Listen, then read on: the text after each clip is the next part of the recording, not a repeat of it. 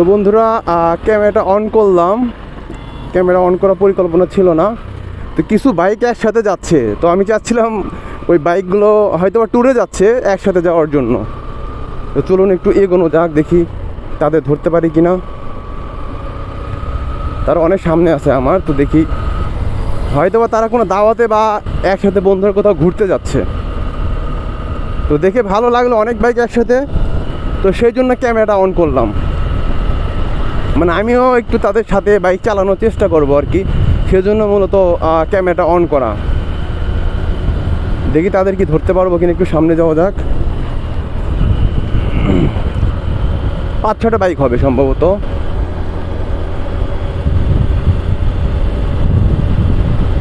এই যে দেখেন,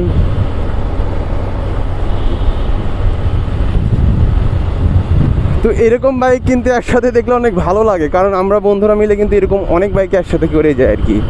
তো আমি জাস্ট আর কি ক্যামেরায় বন্দি করার জন্য আর কি ক্যামেরাটা অন করলাম, মানে দৃশ্যটা বন্দি করার জন্য। একটু তাদের সবাইকে ওভারটেক করব।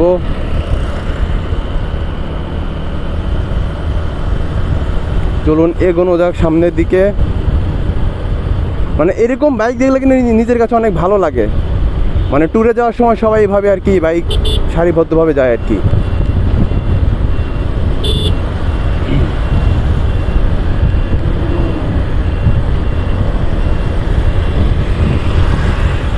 সবাই হয়তো বা ছোটোখাটো ট্যুরে যাচ্ছে।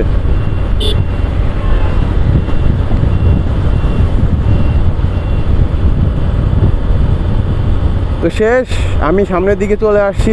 আমার বাইকের কিন্তু তেলের অবস্থা খারাপ, সিগন্যাল অলরেডি দিল, এখন কেমন আবার দিচ্ছে না।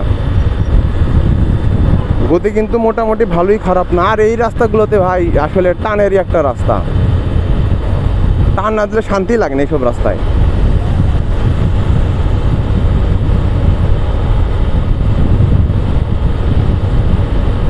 তো আমি এখন হচ্ছে এই যে সামনে দিয়ে বাম দিয়ে বের হয়ে যাব,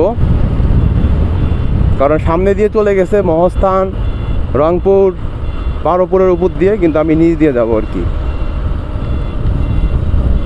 তো যাই হোক বন্ধুরা, ভিডিওটা ভালো লাগলে অবশ্যই লাইক দিবেন, আর ক্লিপটা কেমন লাগলো অবশ্যই জানাবেন। অনেকগুলো বাইক একসাথে দেখালাম আপনাদের। ধন্যবাদ সবাইকে, আসসালামু আলাইকুম।